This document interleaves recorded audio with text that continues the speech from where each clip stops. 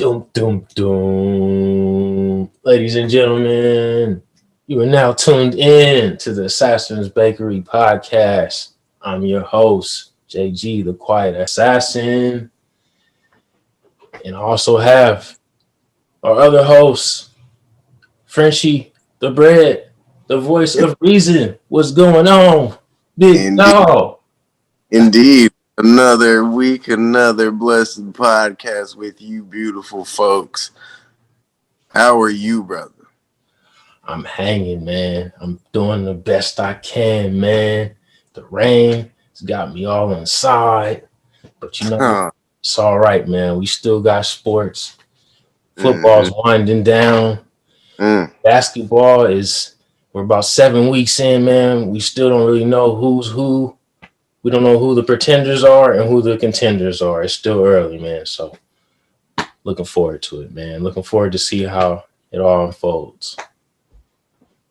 Me as well, man. It's getting interesting. It's a lot of things going on. The pots have been stirring. The rumor mills have been bubbling. People are moving. Things are happening. It's kind of an exciting time. I'm juiced. This is when I like it. The hot stove, the off season. It's looming. Oh, the smell of trades and acquisitions. It doesn't excite you, man. It Get doesn't get better season, man. This is called get better season. exactly off season. Man, let's watch the improvements. That's what I'm excited for. Let's get this Super Bowl out the way, whatever game that is, and let's get to the real nuts and bolts of the NFL. Ah, to that point, the Super Bowl, man. So we got the Tampa Bay Buccaneers Mm, versus the Kansas City Chiefs. Do you mm. see a repeat, or does Tom Brady win his seventh overall Super Bowl out of 10 attempts? Oh man, this is a tough one. I mean, honestly, it's a tough pill for me to swallow because I always have to go when it comes down to evenly matched quarterback duels. The one thing I always go to and the motto that I always live by is defense wins championships. And whoever has the best defense is gonna win. And me, by my standard, I would say that the Tampa Bay Buccaneers, which is also proven statistically top five in almost every defensive category there is this season. They're a complete defense from the front four to the back end. They've built it and it is respectable. I believe, and I'm going to solidify my pick as the Tampa Bay Buccaneers are going to take this one surely off defensive willpower. You got somebody who can match up and scheme against Tyreek Hill. They don't have Clyde Edwards-Helaire. So those linebackers are going to roam and they're going to spy on Patrick Mahomes, and he's in that defensive line is, I mean, Sue, Pierre, Paul, Claiborne. Those guys are out there and they're hungry. It's the sack leader this season, Shaq Barrett, is out there as well. Can't forget that guy. Cannot forget that guy. Watch out for that front four. I'm predicting multiple sacks.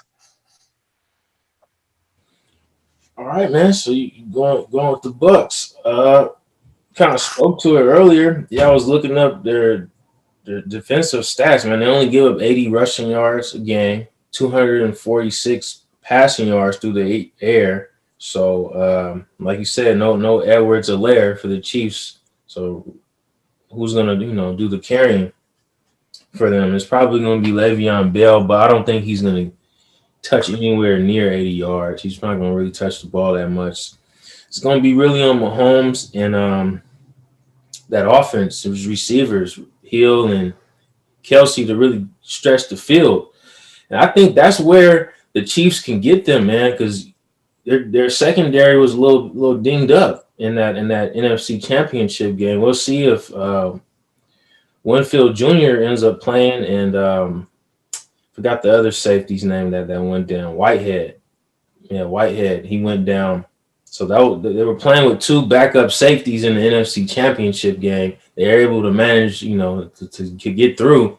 Well, I don't know. If those guys are not playing this Sunday, I can see Mahomes picking on them early and often. But like you were saying, the Buccaneers defensive line is pretty strong. And in my honest opinion, that's the reason why they won the game. Their defensive line stepped up and was it how many? I think they had 5 sacks in that game. yep, 5 sacks in that game, correct.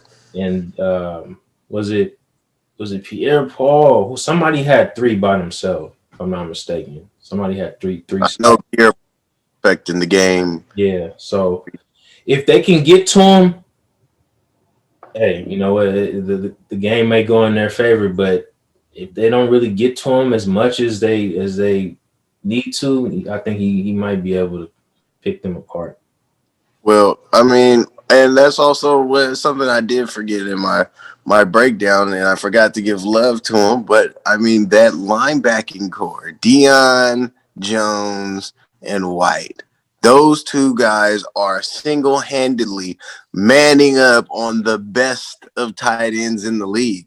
That they did to Darren Waller, which in my head, no bias, is the most deadliest tight end in the game. Deion Jones, I watched it on film myself, is running with this man stride for stride, head up in attacking ball hawking positions. These guys are ridiculous athletes. They are built. This defense is literally Tampa 2 built. These guys are built to run. They're versatile linebackers. They go from sideline to sideline. And what makes it worse is they have this big defensive line in front of them. And when they have this big defensive line in front of them, what does that mean? It means nobody's touching them and they're just roaming free all day. All they got to do is just pick a spot. So if you want to run the ball, you can try to run the ball if you want to. They're just going to fill the holes. If you're going to try to drop back and pass, my guy can man up. I don't think the Chiefs are going to be really looking to run the ball, man. I think they're going to be really in passive mode the majority of the game. They're going to have to run it here and there, but I don't think they're going to commit to running the ball. But they're gonna have to run the ball. In order to beat the Tampa Bay Buccaneers, you're gonna have to run the ball. You have to wear them down. You have to take their spirit. That's a defense that strong and that complete. Yeah, you can challenge them. Yeah, you can try to misdirect them. But the one thing that they're always going to have on you, and this is why the 4-3 defense is so effective, it's too many ferocious guys in the box. When you have too many ferocious guys in the box, that creates an unnecessary, unfelt pressure. Yeah, the ability to send 5 to 6 guys at a moment's notice is a tool that can be used. And the only way that you combat that is going head on and going straight through it, which they don't have. But at the same time, if they ran Le'Veon Bell, if they mixed it in, if they used their, Andy Reid misdirection, the guru of a coach he is, they can beat them. I mean, I don't think that they're going to outsmart them. I don't think that they're going to out physical them. I think this is the wrong matchup for the Chiefs. Because this team literally is star-studded, and as fancy as the offense is, these guys athletically match up with them like pound for pound defensively. So it's kind of, and it's I'm not gonna say it's uneven on the other side on offense because you have an aged AB, you have an aged Gronk, you have an aged Tom Brady. I mean, you do have a nice Ronald Jones piece in the backfield, and you also have Fournier who's playing, unbelievable, and you have Mike Evans. I mean, so there's some pieces there on offense. I don't know. It's a very good matchup. It's a very good matchup. And kind of bringing me to my next point. Chiefs give up 122 rushing yards per game. So with that being said, do you think that either Leonard Fournette or Ronald Jones will have a real big impact as far as the rushing game is concerned. Yes, Yeah. that Bruce Arians has not hid what he is going to do with Tom Brady this season. Majority of the Tampa Bay offense is ran off of play action. Ronald Jones has had a great year when he's been available. Yeah. I don't know. I think Fournette may get majority of the carries. I think he could eclipse 100 yards. If not, he can get somewhere in the ballpark of at least 80, I 80, mean, 85 rushing yards, somebody's grabbing 80, somebody's grabbing 40 or 60. something like that. Yeah. Because that defense, Frank Clark is not what he used to be. I mean, that defensive line isn't anything to be feared of. I mean, really the Chiefs just have a really good secondary. So I mean, if they keep that kind of plays into the Tampa Bay offense, let's keep it on the ground, stop us. Yeah, they both give up around 22 points a game, so they're kind of even as far as that's concerned. But the things that really stood out to me is the Bucks they haven't really allowed too many 100-yard rushers. They only give up 246 yards through the year.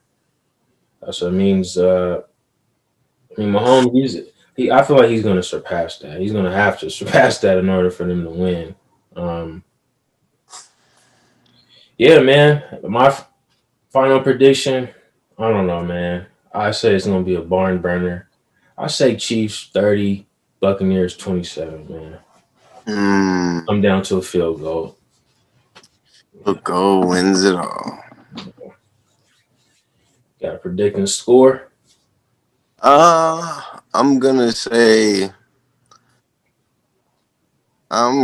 say it's gonna be a solid win for the Bucks. 28-14. Ah, okay. 2 touchdown win. Okay. Yeah.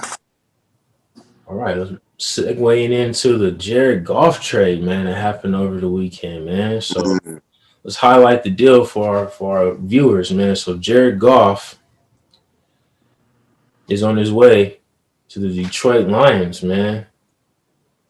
The Detroit Lions get 2 first-round picks and a third-round pick. And the Rams get Matthew Stafford, a veteran quarterback, pretty strong arm. He spent all of his career with the Lions. I think what year? I'm not sure what year he got drafted into the NFL. I want to say 2010 or He 2009. was actually 2009. Yeah, 2009. So he's been there about 11 seasons or so. So um, I get it. At this point in his career, he wants to be part of a winning franchise that has a chance to possibly make it to a Super Bowl. That team's not bad defensively. Offensively, they got some pieces. It seems like they want to commit more to passing the ball. I feel like when I look at Goff more as a game manager. I don't really look at him as a quarterback that's gonna scare me. As far as throwing the ball downfield. Uh, but if I had to say who won the trade, I would have to go with the Lions, man. You get 2 first-round picks and a third, and you get a relatively pretty young and healthy quarterback in Jared Goff, who's only 25, Um, I mean, I don't know as far as their receivers. I know Marvin Jones is a free agent. I don't know the health status of Kenny Galladay. You got the young tight end in Hawkinson. That's a target to throw to. DeAndre Swift had his coming out party towards the end of the season last year, so that's a good running back to build around. They have their big needs are on defense, man. They need to probably use those 2 first-round picks to dress up their defense a little bit, but I don't know, man. I think this may be. I ain't gonna say this is it for Stafford, but if he can't get it done with this team, I don't know what team he'll be able to get it done with. We'll see. So, Yeah. well, yeah. So I'll start out by saying that first off, Jared Goff got the raw end of the stick. He got the raw end of this deal. I mean, just comparing Jared Goff came into the league 2016, Yeah. and comparing Jared Goff's stats to Matt Stafford's stats. Literally, Jared Goff only had 1,000-yard season, and in that 1,000-yard season, he had 5 touchdowns and 7 interceptions with a 63.6 quarterback rating, Yeah. which was his rookie season. Yeah. Every season after that, 3,804 yards. That's 2017. 2018, 4,600 yards. 2019, 4,600 yards. 2020, 3,952 yards. And that's also compiling a 28 touchdown season, a 32 touchdown season, a 22 touchdown season, and a 20 touchdown season with the highest of 101.1 quarterback rating, which was in 2018. That man is still developing. That's only 4 years in the league. Fifth season. 5 seasons in the league.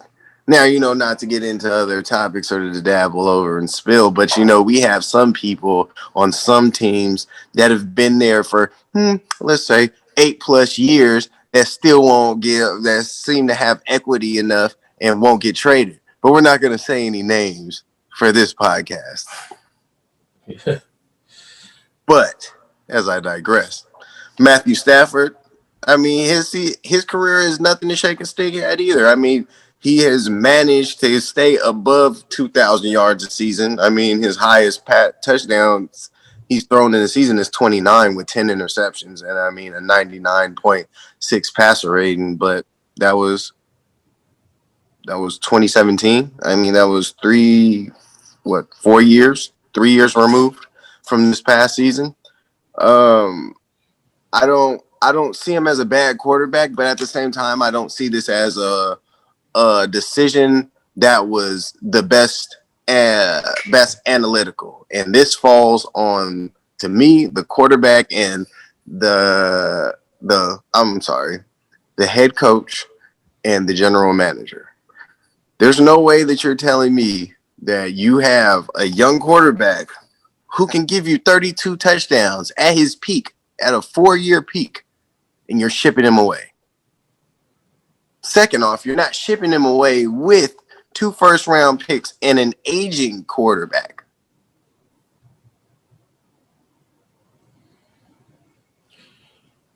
That's not, I mean, to me, that doesn't seem like too much of a smart decision as far as business-wise. I mean, I've been discussing this with, a couple of other colleagues and everything, but like out of all of the older quarterbacks in the league right now, who would you give up two first round picks for? OG quarterbacks.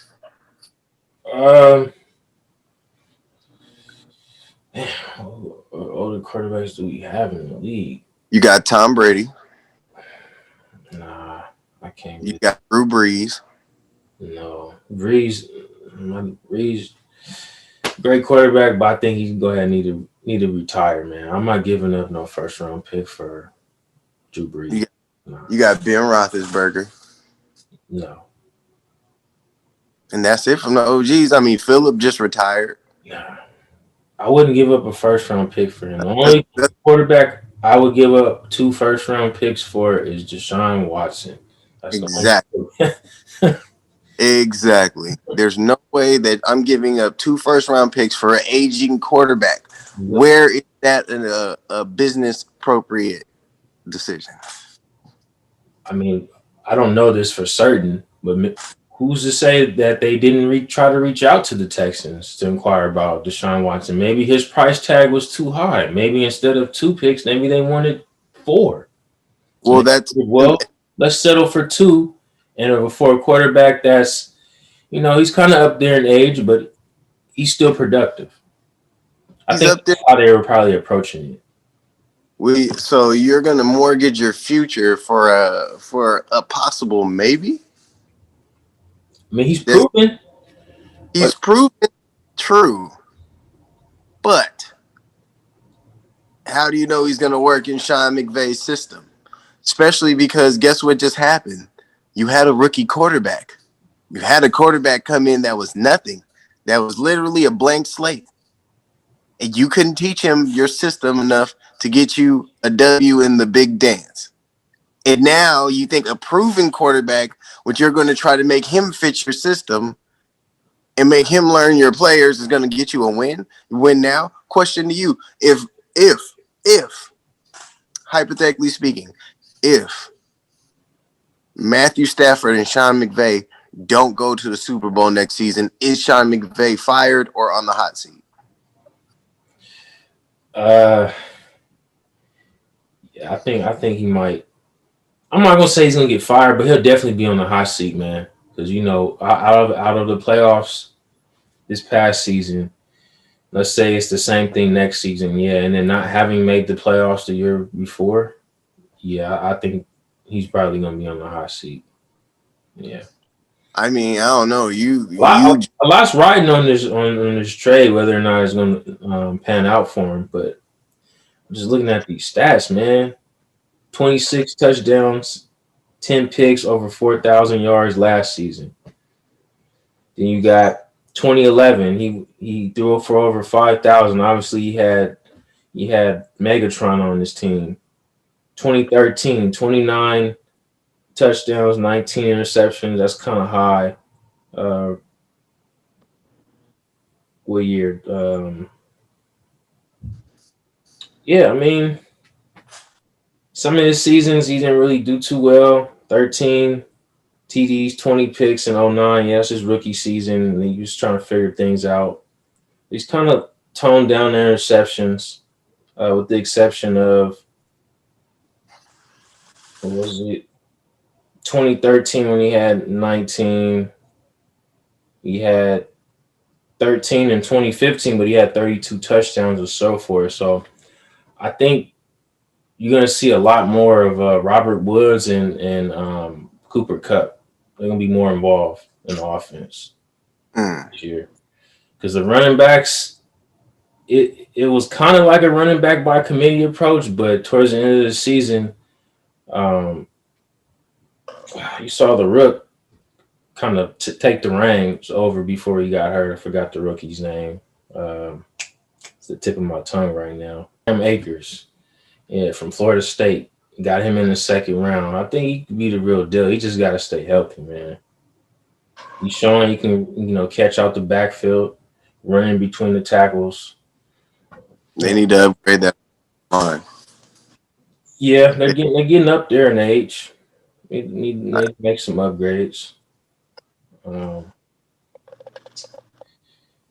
don't know. I still think just the fact that they got a pretty good defense, they keep everybody intact. Nobody's really left on as far as the skill players are concerned. You got a running back, seems like in Cam Akers. Maybe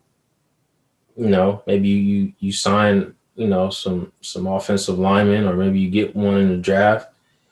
And you come back, together, and you see what happens this season with Goff. Not Goff, with Stafford, man. I still like their chances of making the playoffs. And as far as winning it, I don't know if they can win it, but I don't know. We'll see. We'll see what happens. All we can do is wait. Yeah. Also, with the off-season acquisitions carry too. See how the teams upgraded and improved.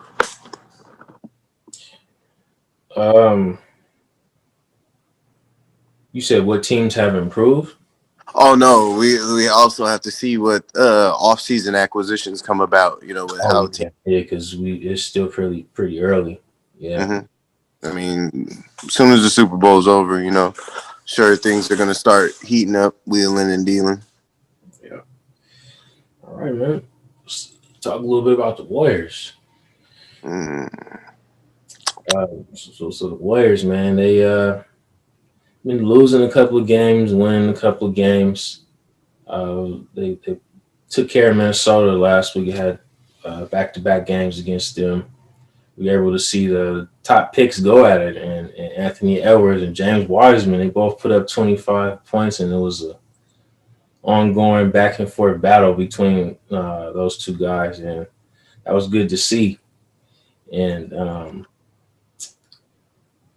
yeah, it's just I think the Warriors' downfall is that we getting kind of out rebounded, man. We don't really have enough length. Wiseman. I don't know if you heard the news, but he has a sprained wrist, so he's out for 7 to 10 days. So that makes us kind of thin. And Looney went down tonight in the game as well against the Celtics. So that's another big man we're down. So we gotta find ways to, I don't know, man, get stops, get steals, and get out in the open court and run and Steph's been doing his thing, man. And in every game that we won, he scored over 30 points a game. So, I mean, we already knew that was going to be the MO. He's going to have to at least score 30, 31, it looks like, for us to even have a chance. In the games that we've lost, he scored around 23 points a game. So, he definitely has to go for 30 or more. Oubre, his shot hasn't been consistent, but it has been falling a lot lately. I have liked what I've been seeing from him. Like, he doesn't let the fact that him missing shots kind of take him out of his game. If he's not making shots, he's playing hard defense. He's cutting to the basket. He's driving to the basket. So that's boding well. Wiggins, I wanted him to be a 20-something point per game scorer. Given that Clay is not here, I don't foresee that happening. I think he's just going to be somewhere between the 18, 19 point a game range for the rest of the season. And that's what we're going to have to live with. But I do think Draymond should up his scoring just a tad bit. I know you kind of disagree that the offense kind of runs through him. He's more of the facilitator, more of the defensive guru. That's more of his role. But with Clay being out, we need him to score at least 12 to 13 points a game, I feel like. He doesn't need to score 19, 20, at least 12. Extra 5 points a game wouldn't hurt, right? Up his scoring average from 7 to 12. It wouldn't. It wouldn't. But at the same time, We're lacking scoring. I mean, that's not his game. And like, who's to say? All right, he gives you 13 points, but you're taking away 4 to 5 assists. You're taking away I think he could still average 6 or 7 assists along with those 13 points. I mean, then you're. So, are you willing to take Are you willing to take a regress Draymond on the defensive end then? Because he's not the same Draymond, and he's declining. He seems like he's getting into game shape. Because he missed that. Think about it, man. He missed training camp, and then he was hurt for a little bit. So his conditioning wasn't up to par. I feel like as of lately, these past few weeks, he's getting back to that conditioning point of where he was. I don't want to say all-star level, but the Draymond that we all know have come to love over the years. Well, true, and I mean we're still young in the season, so I mean that could be a factor. But I mean at the same time, coupling this season, his injuries, what I seen last season, and what he put forth last season. I mean, there's no way that a rookie should be outscoring you when you're the main vocal point on the team. I mean, that's just what I see from Draymond now. Like, I don't see the same competitive fire. I don't see the same athlete.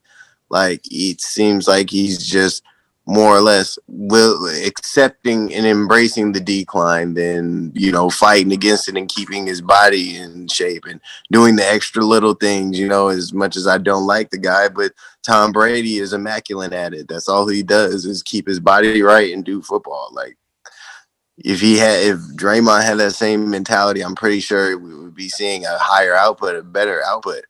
I mean, look, Curry turns 33 this year, and I mean, he said it in his press conference said, he thinks he's in the middle of his prime. I'm I mean the Wiseman Wiseman getting hurt is it's not devastating. It's 7-10 days. We're still early, so it's a lot of ball left to play. More or less, the Looney is more of a ouch to me, just because Wiseman's still young. He's still learning. He's not a solid defender yet. He doesn't understand the rotations. He's still growing in himself in the league and with the team. So, I can't really expect too much from him. Anything that he gives us right now is extra. But as far as Looney goes, I feel like that was our backup go-to solid small ball center. Now, I will say this, after, listening to what I heard or watching a little bit of the highlights and listening to this tonight, Pascal, which is my favorite Warrior right now. I'm going to go ahead on and say it, and my favorite player in the league right now. He is a monster, and the guy is abusing these centers in this small ball set that Steve Kerr sets out there. For some reason, he's like Sean Kemp, but skilled. Like, he has a jumper, he has a mid-range jumper, he has a 3-point shot. He can go in and battle amongst the trees and then power up on you. He can grab you an offensive rebound. Facilitate. Yeah. He's an underrated piece, I feel like, and I respect his game. He can play defense as well. He's not a slouch. Yeah, I like Pascal too, man. He's going to get a lot more minutes with all these injuries to the bigs that we have. And I'm confident that, he'll step up to the challenge and he'll do his part and then some to help us, get some wins under our belt, until we can kind of weather the storm until we get healthy again. Yeah, so the injury for Looney was a left ankle injury. I actually didn't see the exact play where he injured himself. I just know that was tuning into the second half of the game, and the announcers had mentioned that he was, had left the game. So ankle sprain, who knows how long that'll be? You have to get an MRI to figure out the severity of it. But yeah, Pascal, man, he'll step up and he'll do his part. Interesting to hear your thoughts on this possible, trade rumor. According to Steve Kerr, it was just a phone call. But, the media, they twist, words around and say that the Warriors are quietly shopping Kelly Oubre to the New Orleans Pelicans in exchange for Lonzo Ball. There's some offers with Lonzo Ball, some offers with JJ Redick attached to the deal as well. Me personally, I don't see the point in trading Oubre for a point guard that can't shoot. We need more scoring. We don't need more assists. Well, we need somebody to score the ball. Well, honestly, I see where it could work, just because it puts Curry off the ball. You're literally sliding Curry to the 2. Do you ask him? I don't really like him playing off the ball like he does it already. That's his game. He's the off the ball point. Like, when he's more deadly when the ball's not in his hands than when the ball is in his hands. Like, I think about Clay in that regard, bro. If you watch, you have to go back and watch him this season and go, he's literally playing. It's like him and Curry play first off, him and Curry play the same game. If you look at a lot of Curry's 3 points, they relocate 3 points. He has a ridiculous pull up, but a lot of his 3-point shots come off of rebound and relocation, moving without the ball. At least coming off of 3 down screens and then popping out with that millimeter of space, or popping out, getting that, going off of that screen, getting that mismatch and going off the dribble. He get or passing the ball off, going off a screen, and then just popping one on you, just to create space. Like him, like that's why him and Clay are so similar, is because that's all they need is just a little bit of space, and that's literally if you have him running around off the ball all over the court, already he's showing he can score all over. Man, that's a damn threat. That's even more of a weapon. So we're gonna put the ball in your hands. We're gonna run you off the ball. We're gonna get a legit point guard to play with you. And then imagine what that does. That forces Kelly Oubre to the bench. Yeah. That forces Kelly Oubre to the bench, causing you more depth. And if you get JJ Redick, now you got two deadly shooters that make up for Clay. And if you don't have to give up Clay, that's even more depth. Yeah. But now that we don't have any big men, it's like, damn. Now I feel like this trade's not going to happen because it's like, well, shit, we don't need shooting. We need big men. We need rebounding. We need at least somebody. We need a twosome or somebody who's going to come in and get some minutes. Yeah. I just don't see how that trade like makes us better. Like, I mean, I see your point. Steph gets to play off the ball more, but then is he gonna have to guard shooting guards on the defensive end that are bigger than him? No, you still match up with. Lonzo's gonna guard the other team, opposing team's two guards. Yeah, Lonzo's better built for that. I mean, you still match up. You still cross match the way that you cross match. I mean, you're still gonna put Curry on. You're still gonna put your Curry on the weaker guard.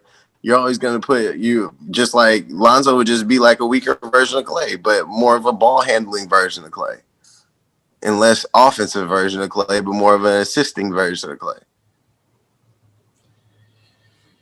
You put him, because he's not a pushover on defense. You can put him on the opposing guard's point guard or shooting guard or the best player, and then you cross match with Draymond. Well, you can't cross match with Draymond now because now he has to play 5. Yeah, I mean, I don't know. I just feel like we losing scoring that way, and that's something that we're lacking because we don't have enough of it. We're trying to compensate for Clay's loss, and we can't seem to do it with Oubre and Wiggins. So if you get one of those guys away and you add Ball in there, it's just like, well, then that's another thing too. It's like you add. I feel like they're going. The identity of the team this season it has to be we're going to play hard nosed defense, and we're going to go behind Curry. Like literally, like we got to play defense. We got to take advantage of we got to team score, and we got to go behind Curry. Like that's it. That's like literally the way that they're gonna get there. Because if they don't, like, there's nobody else on this team that's an A player. There's nobody on this team that's gonna get you dub 5 more plus points outside of Curry. So you might as well double down on your defense. Yeah. Double down on your defense, double down on your hustle plays, get fundamentally sound, and go behind your best player. I mean, how you think Portland's been doing it? Shit. These niggas get hurt all over the damn court, and then Dame just fucking they go behind Dame. Yeah. It's interesting, man. I could see how it could work, and I also could see how it can't work. But yeah, we got about a month and a half or so. I think the trade deadline is March 25th. So anything can happen between now and then. I'm in favor. I'm not in favor of the trade, but if it happens, who knows? Maybe he'll be the star of the second unit. That's the only way I can look at it. He would need to score. He can't just facilitate, play deep. He would need to score. I just don't know if that's really in his game like that, to be a scorer like that. You gotta be able to shoot, man. Like, this is what it is. If he could put deck, he could put it on the deck. He could get to the cup. It's Yeah. All right, ladies and gentlemen, that is a wrap for this episode of the Assassin's Bakery podcast. Check us out on YouTube. On this in the section below about what you like, what you didn't like, what you want us to talk about in the near future. All right, peoples. Be good.